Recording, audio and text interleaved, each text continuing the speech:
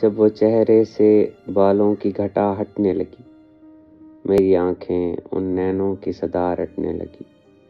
وہیں ایک رات میرے عشق کا لبادہ اوڑھے، میرے احساس کو یوں پردہ نشیں کرنے لگی۔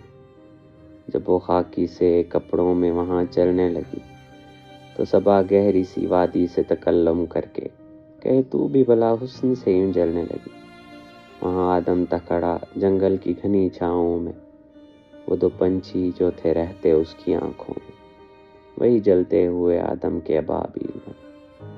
سینے میں آگ لگانے کے لیے حسن سہی، بجھے گی آگ بھی ان تیری بھلی آنکھوں سے۔ مجھے تو آگ لگا پر تو مجھے دیکھ سہی، اے میری حسن کی دیوی گزر اس رستے سے، مجھے تو دیکھ بھی نہ بول کوئی بول سہی۔ اے محبت کے خدا تیر چلا دل میں بھلا، مگر اس نرم سے لہجے سے میری بات کرا۔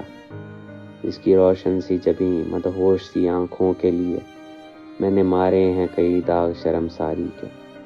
میں نے اس زرد شکل کام سی عقل جس کے لیے بدلی ہے مگر کام تھے دشواری کے۔ میری آنکھیں وجہ شرم و حیا جھک سی گئیں جب سے دیکھا اس کے سر سے سرکتا کپڑا۔